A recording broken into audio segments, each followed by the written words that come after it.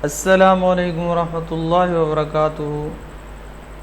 میرے پیارے بچوں، میں I am sir Inayat Islamia teacher. آج آپ کا یہ تیسرا لیکچر ہے میرے پاس 9A فیڈرل اور 10C سندھ بورڈ۔ تو اس سے پہلے ہم لوگ پڑھ چکے ہیں قرآن مجید موضوعاتی چیپٹر میں سے۔ پھر قرآن مجید کے چیپٹر میں ہم نے سب سے پہلے تعارف پڑھا تھا، اور اس کے بعد جو ہے ہم نے تعارف کے بعد قرآن مجید کے سب سے پہلے ہم نے تعارف پڑھا، اور تعارف کے بعد پھر ہم نے حفاظت پڑھی، اور حفاظت کے بعد جو ہے وہ جو حفاظت کے 3 ادوار تھے ہم نے وہ تینوں ادوار پڑھے، اور تینوں ادوار کے بعد آخر میں قرآن کریم کے جو فضائل تھے ہم نے اس پہ بات کی تھی۔ اور آج بھی موضوعاتی چیپٹر ہے ہمارا، جس کا نام ہے اللہ تعالیٰ اور اس کے رسول صلی اللہ علیہ وسلم کے ساتھ محبت اور اطاعت۔ دیکھیں، یہ 8 کلاس میں جو فیڈرل میں پڑھ کر آئے ہیں وہ 8 کلاس کے اندر یہ پڑھ کر آتے ہیں، اور جو بچے نئے ہیں ان کے لیے تھوڑا یہ مسئلہ ہوتا ہے کہ جو ہے ان کے لیے یہ ایک نیا چیپٹر ہوگا، لیکن جو یہاں پر 8 کلاس فیڈرل کے اندر پڑھ کے آئے تو ان کے لیے یہ پرانا چیپٹر نہیں ہے، بلکہ یہ ان کے لیے جو یہاں پڑھ کے ہیں ان کے لیے پرانا چیپٹر ہے۔ ان کی سمجھو دہرائی ہو رہی ہے، اور جو نہیں پڑھ کر آئے تو ان کے لیے یہ نیا چیپٹر ہوگا۔ تو سب سے پہلے ہم آتے ہیں اس سبق کے اہم موضوعات۔ یہ جو موضوعاتی چیپٹر ہے اس کے سب سے پہلے میں آپ کو بتاؤں اہم موضوعات کیا ہیں، اللہ تعالیٰ کے ساتھ محبت کا کیا مطلب ہے، اس کے بعد رسول اللہ صلی اللہ علیہ وسلم کی اطاعت کیوں ضروری ہے، اس کے بعد ختم نبوت کا آخر میں ذکر ہے تو اس کا ثبوت قرآن اور احادیث کی روشنی میں، اور آخر میں پھر اس چیپٹر کے ساتھ اگر ہمیں وقت ملے گا تو ہم حدیث نمبر 1 سے لے کر حدیث نمبر 5 تک پڑھیں گے، ٹھیک ہے۔ تو سب سے پہلے ہم شروع میں آتے ہیں اس چیپٹر کے موضوع پر کہ اللہ تعالیٰ اور اس سے محبت کا کیا مطلب ہے۔ تو اس کے بارے میں دیکھیں، سب سے پہلے یہ ہے کہ عربی زبان میں محبت کے معنی دلی چاہت اور قلبی میلان کے ہوتے ہیں۔ اس میں صفائی، اخلاص، ثبات و دوام کے معنی بھی پائے جاتے ہیں۔ حسی اور جبلی محبت ادنا قسم کی محبت ہے، مثلا لذت کے لیے محبت، اس محبت میں انسان حیوان دونوں برابر ہیں۔ دوسری اعلیٰ قسم کی محبت عقلی اور شعوری محبت ہے، جس کی بنیاد فضیلت ہے۔ یہ انسانوں کے ساتھ خاص ہے، اور یہی محبت انسانیت کا شرف ہے۔ یہ محبت عقل کے تابع اور شرعی آداب کی پابند ہوتی ہے۔ عقلی اور شعوری محبت اس بات کا تقاضا کرتی ہے کہ اللہ تعالیٰ کی محبت سب محبتوں پر فائق ہو۔ اس محبت کو انسانی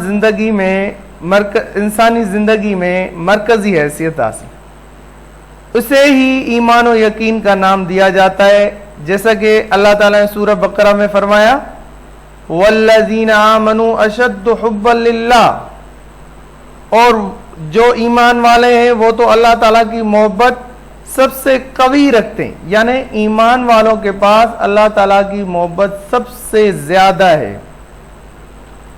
دوسری جگہ ارشاد فرمایا اللہ تعالیٰ نے سورہ حجرات کے اندر وَلَكِنَّ اللَّهَ حَبَّبَ إِلَيْكُمُ الْإِيمَانَ وَزَيَّنَهُ فِي قُلُوبِكُمْ، لیکن اللہ تعالیٰ نے تم میں ایمان کی محبت ڈال دی اور اس کو تمہارے دلوں میں سجا دیا۔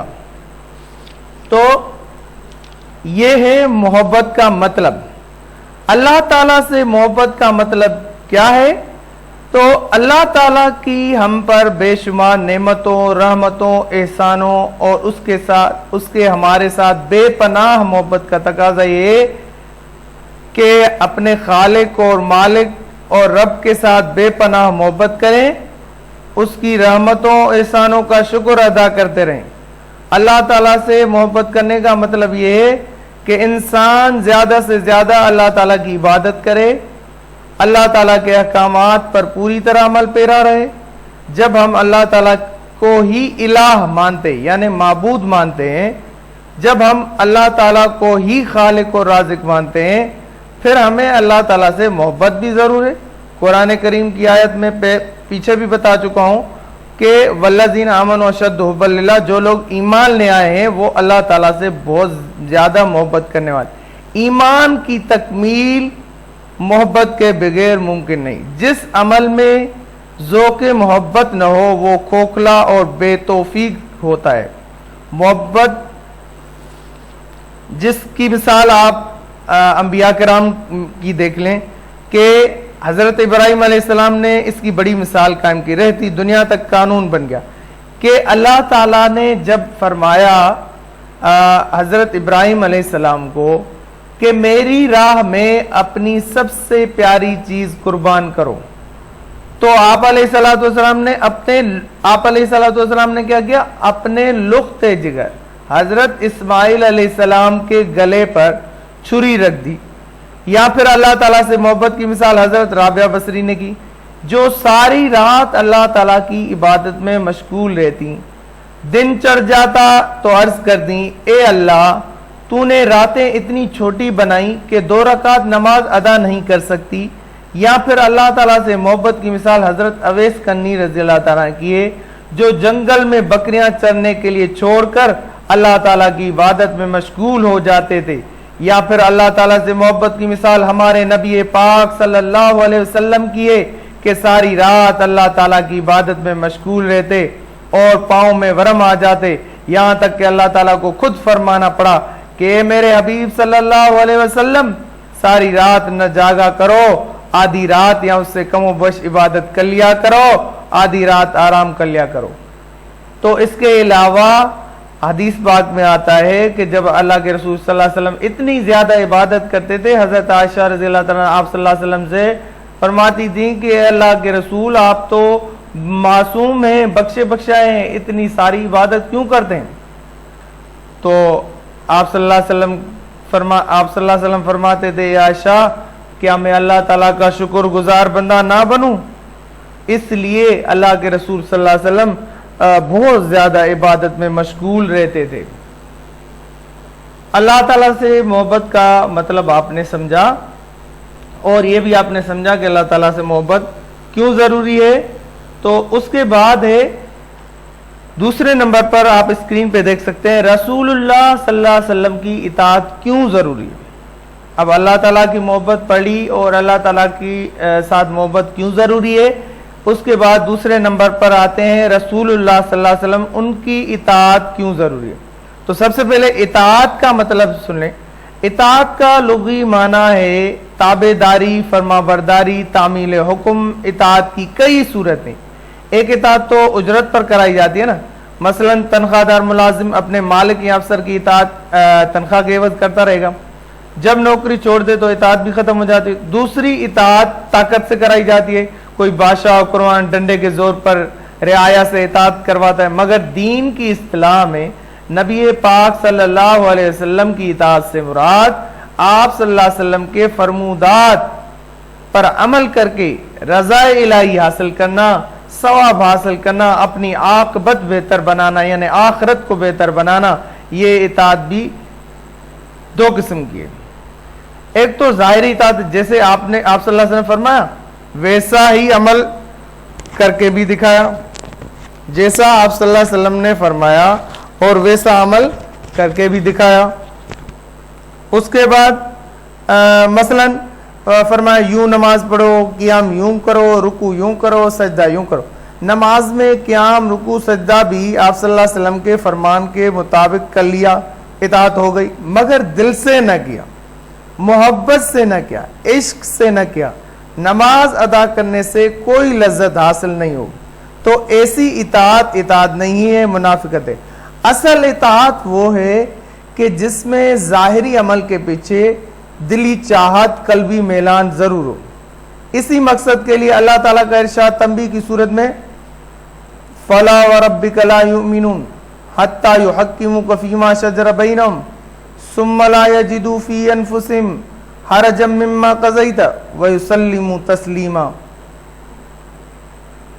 اللہ تعالیٰ فرماتے ہیں اس آیت میں، تمہارے رب کی قسم یہ لوگ اس وقت تک ایمان والے نہیں ہو سکتے جب تک کہ اپنے تنازعات یعنی اپنے جھگڑوں میں، فیصلوں میں آپ صلی اللہ علیہ وسلم کا حکم نہ مان لیں، اور پھر یہ کہ جو فیصلہ آپ صلی اللہ علیہ وسلم کریں اس پر تنگ دل نہ ہو بلکہ پوری طرح اسے تسلیم کر لیں۔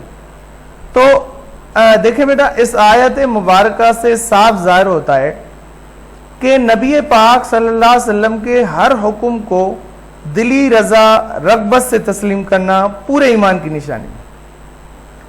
اس پر اعتراض کرنا یا تنگ دلی کا مظاہرہ کرنا ایمان کی کمزوری بلکہ منافقت کی نشانی۔ اگر اس عمل میں تھوڑا اضافہ کر لیں یعنی نبی صلی اللہ علیہ وسلم کے فیصلے کو ناپسند کریں تو سارے اعمال ختم ہو جاتے، غرق ہو جاتے، کیونکہ نبی صلی اللہ علیہ وسلم کا فیصلہ اللہ تعالیٰ کا فیصلہ ہوتا ہے۔ نبی صلی اللہ علیہ وسلم کوئی فیصلہ غلط نہیں کرتے۔ اسی طرح نبی صلی اللہ علیہ وسلم کے ہر حکم کی اطاعت اللہ تعالیٰ کی اطاعت ہوتی ہے۔ تو اب یہ سن لیں کہ اللہ کے رسول کی اطاعت کیوں ضروری ہے۔ اللہ تعالیٰ نے دیکھیں اپنا ہر حکم، ہر ہدایت نبی صلی اللہ علیہ وسلم کی واسطے سے انسانوں تک پہنچائی، یہاں تک کہ آپ نے اپنی آخری کتاب قرآن مجید نبی پاک صلی اللہ علیہ وسلم پر ہی اتاری۔ اللہ تعالیٰ نے تو صرف احکامات صادر فرمائے، نبی پاک صلی اللہ علیہ وسلم نے ہر حکم کا عملی نمونہ لوگوں کے سامنے پیش کیا۔ کس حکم کی بجاوری کس طرح کس اندازے سے کب اور کیوں کرنی ہے، یہ سب کچھ ہمیں نبی پاک صلی اللہ علیہ وسلم سے سیکھیں۔ مثلا اللہ تعالیٰ نے نماز قائم کرنے کا حکم دے دیا، مگر نماز قائم کیسے کرنی ہے یہ ہمیں رسول اللہ صلی اللہ علیہ وسلم نے سکھایا۔ اس لیے اللہ تعالیٰ کے ہر حکم کی تعمیل کے لیے رسول اللہ صلی اللہ علیہ وسلم کی اطاعت ضروری ہے، اور حقیقت یہ ہے کہ رسول اللہ صلی اللہ علیہ وسلم کی اطاعت اصل میں اللہ تعالیٰ کی ہی اطاعت ہے، کیونکہ اللہ تعالیٰ خود اس کا اعلان فرما رہے ہیں قُلْ إِن كُنتُمْ تُحِبُّونَ اللَّهَ فَاتَّبِعُونِي يُحْبِبْكُمُ اللَّهُ وَيَغْفِرْ لَكُمْ ذُنُوبَكُمْ وَاللَّهُ غَفُورٌ رَحِيمٌ۔ کہہ دیجئے کہ اگر تم اللہ تعالیٰ سے محبت رکھتے ہو تو میری اتباع کرو، اللہ تعالیٰ تم سے محبت کرے گا اور تمہارے گناہ بخش دے گا، اللہ تعالیٰ بخشنے والا، رحم کرنے والا۔ اس آیت مبارکہ میں تو صاف ظاہر ہوتا ہے کہ نبی پاک صلی اللہ علیہ وسلم کی اطاعت تو بہت ضروری ہے، بلکہ اللہ تعالیٰ سے محبت کا تقاضا ہی یہی ہے کہ رسول پاک صلی اللہ علیہ وسلم کی اتباع کی جائے۔ اور دوسرا بڑا فائدہ یہ ہوتا ہے کہ اللہ تعالیٰ اس شخص کے گناہ بخش دیتا ہے، یہی نہیں کہ بلکہ اللہ تعالیٰ قرآن کریم میں ارشاد فرماتا ہے اطیعوا اللہ واطیعوا الرسول ولا تبطلوا اعمالکم، اللہ تعالیٰ اور اس کے رسول کی اطاعت کرو، اپنے اعمال ضائع نہ کرو۔ اس لیے اللہ تعالیٰ کی اطاعت کر کے تم نے نیک اعمال جمع کیے ہیں، اگر محمد صلی اللہ علیہ وسلم کی اطاعت نہ کرو گے تو تمہارے اعمال ضائع ہو جائیں گے، اس لیے نبی صلی اللہ علیہ وسلم کی اطاعت کرنا بہت زیادہ ضروری ہے۔ ٹھیک ہے، اس کے بعد دیکھیں اس کے بارے میں جو ہمارے شاعر ہیں حفیظ جالندری، انہوں نے بڑے اچھا اس کے بارے میں رسول اللہ صلی اللہ علیہ وسلم کے بارے میں شعر لکھا ہے کہ محمد صلی اللہ علیہ وسلم کی محبت دین حق کی شرط اول ہے، اسی میں ہو اگر خامی تو ایمان نامکمل ہے، محمد صلی اللہ علیہ وسلم سے ہے متاع عالم ایجاز سے پیارا، پدر مادر برادر جان و مال اولاد سے پیارا، محمد کی غلامی ہے سند آزاد ہونے کی، خدا کے دامن میں توحید میں آباد ہونے۔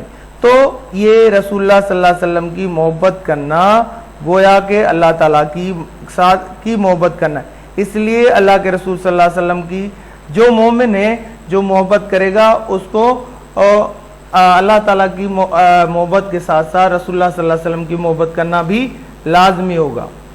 تو اس کے بعد ہے اسکرین پہ دیکھیں ختم نبوت کا ثبوت قرآن مجید اور احادیث کی روشنی میں۔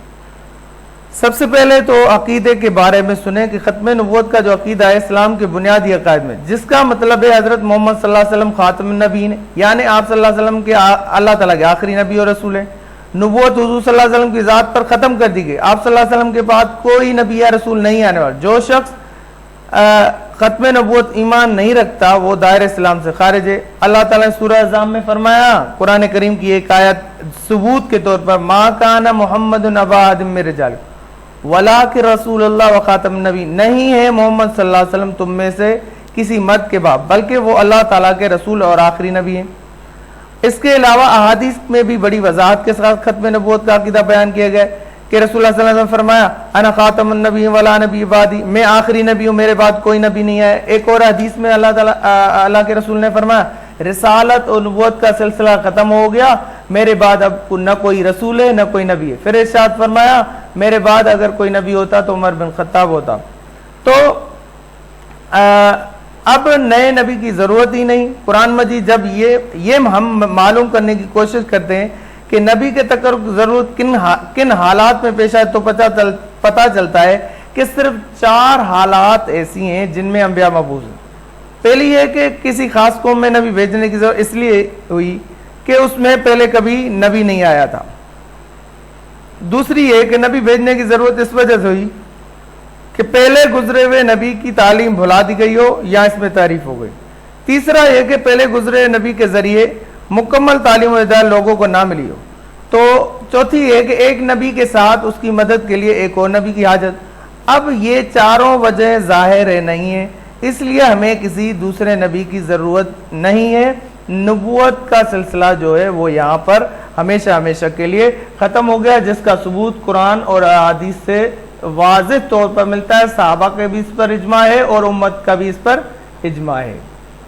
اس کے بعد ہمارے پاس آج کے سلیبس میں جو ہے وہ ختم نبوت کے بارے میں ایک اور بات میں آپ کو بتاؤں کہ دیکھیں قرآن مجید بھی اس پر گواہ ہے کہ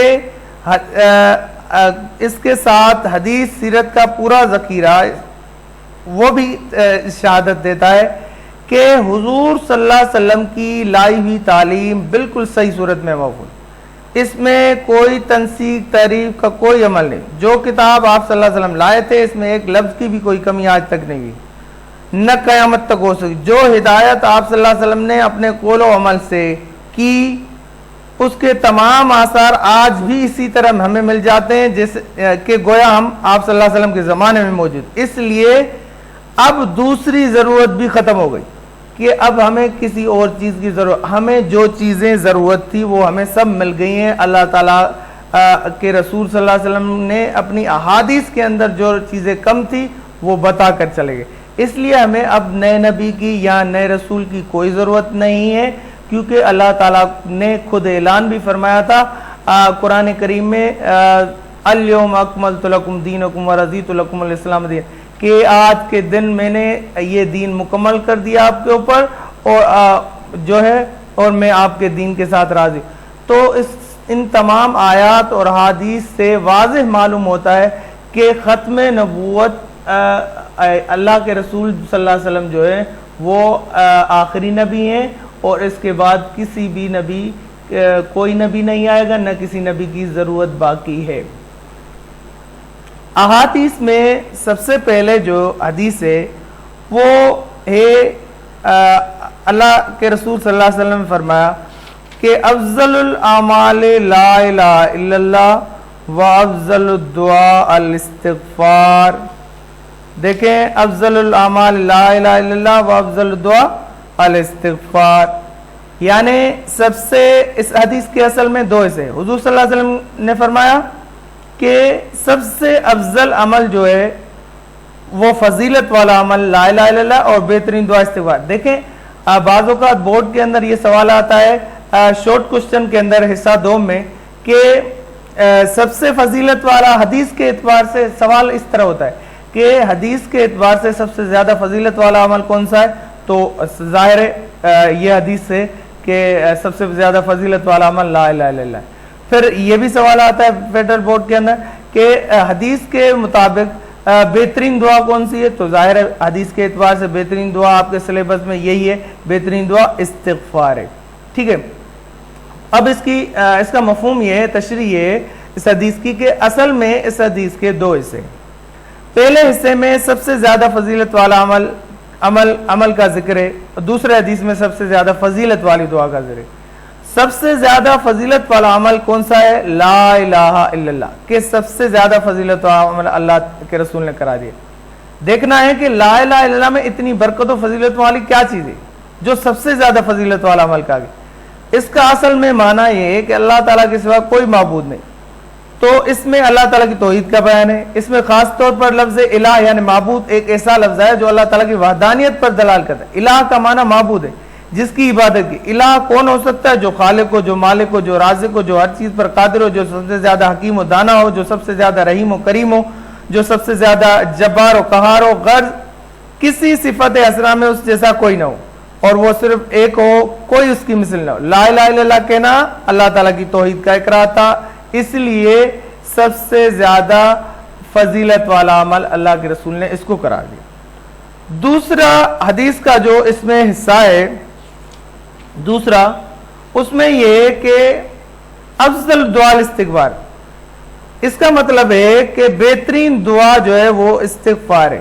استغفار کا معنی ہے اپنے گناہوں کی معافی مانگنا۔ ظاہر انسان غلطی کا پتلا ہے، اللہ تعالیٰ نے انسان کی تخلیق کی کچھ اس اندازے سے کہ گناہ یا غلطی اس کی شرست میں شامل کر دی گئی۔ اسی طرح انبیاء اور پیغمبروں کے سوا ہر انسان سے زندگی میں کوئی نہ کوئی چھوٹی بڑی غلطی ضرور ہو جاتی ہے، نہ بھی ہو تو ہونے کا امکان موجود ہے۔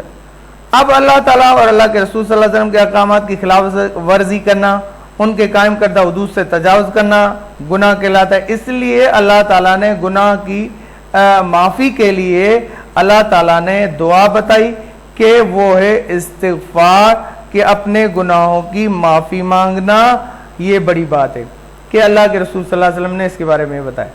دوسری حدیث ہے طلب العلم فریضۃ علی کل مسلم، علم حاصل کرنا ہر مسلمان مرد عورت پر فرض ہے۔ علم کے معنی ہے جاننا، انسان کے لیے لازمی ہے کہ اس سے اس بات کا علم ہو کہ خالق اور مالک کون ہے، اس کائنات اور زندگی کو پیدا کرنے کا مقصد کیا ہے، انسان کو اس دنیا میں کیوں بھیجا گیا، اسے اپنی زندگی کس طرح گزارنی چاہیے، ان تمام چیزوں کا جاننا انسان کے لیے ضروری ہے۔ حقیقی علم یہ ہے کہ انسان سب سے پہلے اللہ تعالیٰ کی معرفت حاصل کرے، اس علم کو ہم دینی اور روحانی علم کہتے ہیں۔ اس کا حاصل کرنا ہر مسلمان کے لازم ہے تاکہ وہ اپنی زندگی خدا اور رسول کے بتائے ہوئے طریقوں کے مطابق گزار سکے۔ جس شخص کو یہ دینی یا روحانی علم حاصل نہ ہو وہ جاہل ہے اور خدا کے نزدیک اس کی کوئی قدر و منزلت نہیں ہے۔ اس لیے اس حدیث سے واضح معلوم ہوتا ہے کہ ہم جس طرح بچوں کو دنیاوی تعلیم کی طرف راغب کرتے ہیں، انجینئر بناتے ہیں یا افسر بناتے ہیں، ان سب علوم کے ساتھ ساتھ ہم اپنی اولاد کو دینی تعلیم کی طرف بھی رغبت دیں، شوق پیدا کریں ان کے درمیان، تاکہ بچے جو ہیں وہ دنیاوی تعلیم کے ساتھ ساتھ اللہ تعالیٰ کو اور اللہ تعالیٰ کی عبادت کو، اللہ تعالیٰ کی باتوں کو، سب چیزوں کو جان سکے جو کہ ہمیں آخرت میں بھی کام آئے گی۔ اچھا، امام غزالی نے اس کے بارے میں سب سے اچھا لکھا کہ سب مسلمانوں کے ضروری ابتدائی فرائض کا علم حاصل کرنا فرض ہے، لیکن ہر بستی میں کم از کم ایک ایسا عالم دین ہونا چاہیے جو اسلامی علوم و فنون کا ماہر ہوتا ہے تاکہ لوگ مشکلات میں اس سے رہنمائی پا سکیں۔ یہ ضرورت بالکل ایسے ہی ہے جیسے طبیب کی ضرورت، بڑھئی کی ضرورت، لوہار کی ضرورت، معمار کی ضرورت، یہ ضرورت کفایہ کی حیثیت رکھتی ہے۔ اگر کوئی بھی اس کی طرف متوجہ نہ ہو تو سب گناہگار ہیں۔ یعنی تعلیم حاصل کرنا اپنی بستی میں سے کسی ایک دو کا وہ بہت زیادہ لازم ہے۔ حدیث نمبر 3 ہے خیرکم من تعلم القرآن وعلمہ، کہ تم میں سے بہترین وہ ہے جس نے قرآن سیکھا اور دوسروں کو سکھایا۔ اس حدیث میں اس شخص کو سب سے زیادہ بہتر انسان قرار دیا گیا جو خود قرآن مجید کی تعلیم حاصل کرے پھر دوسروں کو اس کی تعلیم۔ اس کی وجہ ہے کہ قرآن مجید اللہ تعالیٰ کا آخری کلام ہے اور پیغام، یہ قیامت تک کے لیے تمام زمانوں کے لیے ہدایت اور رہنمائی کا ذریعہ، ایک مکمل ضابطہ حیات ہے۔ انسان کی کامیابی، نجات، سرخروئی اس بات میں پوشیدہ کہ وہ قرآن مجید کی تعلیمات حاصل کرے، انہیں سمجھے، ان پر عمل کرے۔ حضور صلی اللہ علیہ وسلم نے قرآن مجید کی تلاوت اور تعلیم کو بہترین عبادت کرا دی۔ یہ اللہ تعالیٰ کا قرب سب سے بڑا ذریعہ ہے۔ احادیث میں بہت زیادہ قرآن کے فضائل بیان کرے. ایک حدیث میں ارشاد ہے قرآن کا ماہر ان فرشتوں کے ساتھ ہے جو اعمال کے اعتبار سے بزرگ اور نیکوکار ہے. یعنی وہ فرشتے جو لوح محفوظ پر لکھتے ہیں، وہ شخص جو قرآن کو اٹک اٹک کر پڑھتا ہے، اس کو پڑھنا مشکل ہوتا ہے، اس کو 2 ثواب ملتے ہیں. ایک اور حدیث میں آتا ہے اللہ تعالیٰ اس کتاب کے ذریعے قوم کو بلند کرتا ہے تو دوسری قوم کو پست کرتا ہے. تو ان تمام احادیث سے معلوم ہوتا ہے کہ قرآن کریم کی تعلیم خود حاصل کرنا، پھر دوسروں کو اور بھی سکھانا قرآن کریم، یہ بہت ثواب کی بات ہے اور اچھی بات ہے. اس کے بارے میں علامہ اقبال کا ایک شعر ہے کہ کیا خوب کہا ہے علامہ اقبال نے کہ قرآن میں ہو غوطہ زن اے مرد مسلمان، اللہ تعالیٰ کرے تجھ کو عطا جدت کردار، گر تمہیں خواہی مسلمان زیستی نیست ممکن جز قرآن زیستے. کہ یہ ہے کہ اس میں مقصد یہ ہے کہ قرآن کریم کو پڑھنا اور قرآن پر عمل کرنا اور پھر اس علم کو دوسروں تک پہنچانا، یہ نہایت ہی ثواب کی چیز ہے اور ضروری ہے.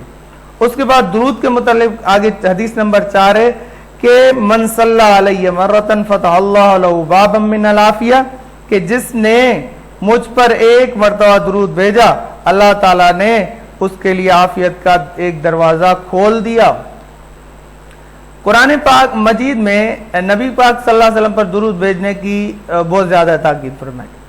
جیسے کہ سورہ احزاب میں فرمایا اللہ تعالیٰ نے ان اللہ و ملائکتہ یصلون علی النبی یا ایھا الذین آمنوا صلوا علیہ وسلموا تسلیما، بے شک خدا اور اس کے فرشتے نبی صلی اللہ علیہ وسلم پر درود بھیجتے، مسلمانوں تم بھی ان پر درود و سلام بھیجو. اس سے بڑھ کر اور کیا تاکید یا حکم ہو سکتا ہے کہ خود اللہ تعالیٰ ہمیں اپنے پیارے رسول صلی اللہ علیہ وسلم پر درود بھیجنے کا حکم دے رہا ہو. فرشتے آپ صلی اللہ علیہ وسلم پر کتنا درود بھیجتے ہیں؟ اللہ تعالیٰ کے حکم سے فرشتے اور آپ صلی اللہ علیہ وسلم پر ہر وقت درود بھیج رہے ہوتے ہیں. درود بھیجنا ہم پر حق ہے رسول اللہ صلی اللہ علیہ وسلم کے، کیونکہ ہمارے اوپر بے شمار احسانات ہیں، بے شمار بے انتہائی رحمتیں ہیں. آپ صلی اللہ علیہ وسلم کے احسانات، نہایت رحمت اور شفقت کا ہم کوئی بدلہ نہیں دے سکتے. اس لیے عقیدہ اور محبت کا اظہار کرتے ہوئے ہمیں چاہیے کہ ہر وقت ہم نبی علیہ الصلوۃ والسلام پر درود بھیجتے رہیں.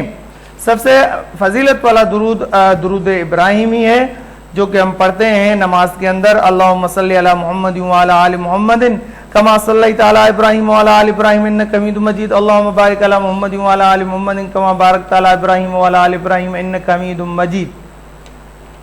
تو یہ بہت سارے درود ذکر ہیں احادیث کے اندر، لیکن فضیلت والا درود یہی بیان ہوا ہے.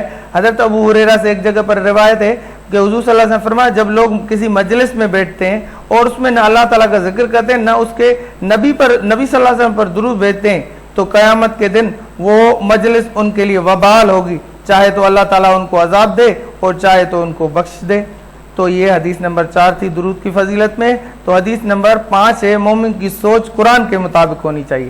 اس کے متعلق حدیث نمبر 5 ہے لا یؤمن احدکم حتی یکون ہواہ تبعا لما جئت بہ، کہ تم میں سے کوئی شخص مومن نہیں ہو سکتا جب تک اس کی خواہش اس کی تعلیم کے مطابق نہ ہو جو میں لایا ہوں. ٹھیک ہے، اس کا مطلب یہ ہے کہ اس حدیث میں اصل میں 2 چیزوں پر غور کرنا چاہیے. ایک خواہش، دوسری چیز جو رسول اللہ صلی اللہ علیہ وسلم لائے. ظاہر کہ رسول پاک صلی اللہ علیہ وسلم قرآن پاک لائے. اس طرح مطلب یہ ہوا کہ تم اس وقت تک مومن ہے جب تک تمہاری خواہشات جو ہیں وہ قرآن کے تابع نہ ہو جاتی. اس حدیث پاک کا مقصد یہ ہے کہ ایک مسلمان کو اپنے اعمال قرآن کے مطابق کرنے چاہیے. اس مقصد کو بڑے خوبصورت انداز میں بیان کیا گیا کہ تم اپنی خواہشات کو قرآن مجید کے مطابق کر لو. خواہشات اعمال کی محرک ہوتی ہیں، اس لیے خواہشات قرآن مجید کے تابع ہو جائیں تو اعمال خود بخود نیک ہو جائیں گے. اگر مسلمان اپنی خواہشات کو قرآن مجید کے احکامات کے تابع کر لیتا ہے اور حدود میں محسور کر لیتا ہے تو پھر اس سے کوئی برا عمل سرزد نہیں ہوتا، نہ ہی اس کا کوئی. اگر خواہش نیک ہے تو عمل بھی نیک ہوگا. عمل ہوتا ہی خواہش اور ارادے کے مطابق. اگر کوئی شخص اپنی خواہشات کو قرآن مجید کے تابع نہیں کر پایا تو ایمان کی لذت سے ہی محروم رہتا ہے، یعنی وہ پورا مومن نہیں بن سکتا.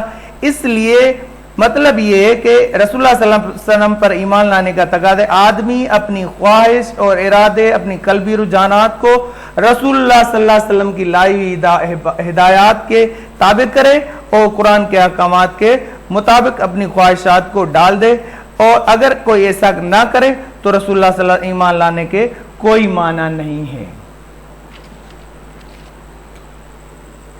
اللہ حافظ۔